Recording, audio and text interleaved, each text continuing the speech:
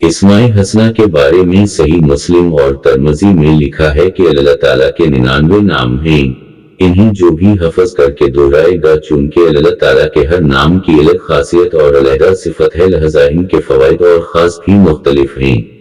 یا رحمان، ہر نماز کے بعد 100 دفعہ ورد کیا جائے تو یا رحیم، ہر روز فجر کی نماز کے بعد 100 مرتبہ ورد کرنے سے آپ پر ہر شخص مہربان ہو جائے گا اور محبت و شفقت سے پیش آئے گا۔ یا سلام، یہ اسم 160 مرتبہ کسی مریض پر دم کیا جائے تو وہ شفا 40 دن تک فجر کی نماز کے بعد ورد کرنے والا شخص خود کو فیل ہو جائے گا اور کسی کی امداد سے بے نیاز ہو جائے گا۔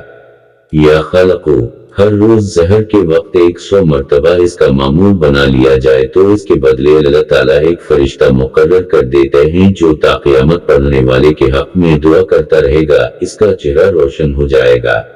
اگر کوئی شخص بے اولادی کا شکار ہے تو وہ 1 سال تک ہر روز 1000 مرتبہ اس کا ورد کرے، انشاءاللہ انہیں اولاد جیسی نعمت میسر آ جائے گی۔ یا رازقو، جو شخص اس اسم کو ورد کرتا ہے، اللہ تعالیٰ اس کی کفالت اپنے ذمے لے لیتا ہے۔ یا وہابو، دعا کے بعد کوئی شخص اس کا ورد کرے تو اس کی دعا قبول ہوتی ہے۔ کسی کے چنگل میں پھنسا شخص باہر نکل آئے گا۔ کم آمدنی کے سبب گزر بسر مشکل سے ہوتی ہو تو مسلسل 7 راتوں کو 2 رکعت نفل کی ادائیگی کے بعد 1000 مرتبہ پڑھنے سے تنگدستی دور ہو جائے گی اور مشکلات سے نجات ملے گی۔ یا لیمو، تجلیات سے منور ہو جائے گا اور سورج نکلنے سے قبل 100 مرتبہ ورد کیا جائے تو تمام پریشانیاں دور ہو جائیں گی، امن و سکون کی زندگی ہوگی اور اللہ کا فضل و کرم شامل حال رہے گا۔ یا کبیر، ہر روز 100 مرتبہ ورد کرنے والا شخص دنیا کی نظروں میں معزز و محترم ہو جائے گا۔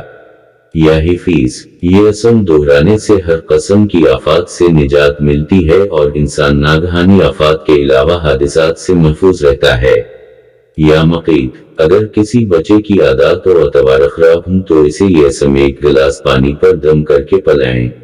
حصول رزق کے لیے پریشان شخص یہ اسم دہرائے تو اس کی آمدنی کا وسیلہ پیدا ہو جائے گا۔ یا حاقو، اس کا ورد کرنے سے گمشدہ چیز مل جائے گی۔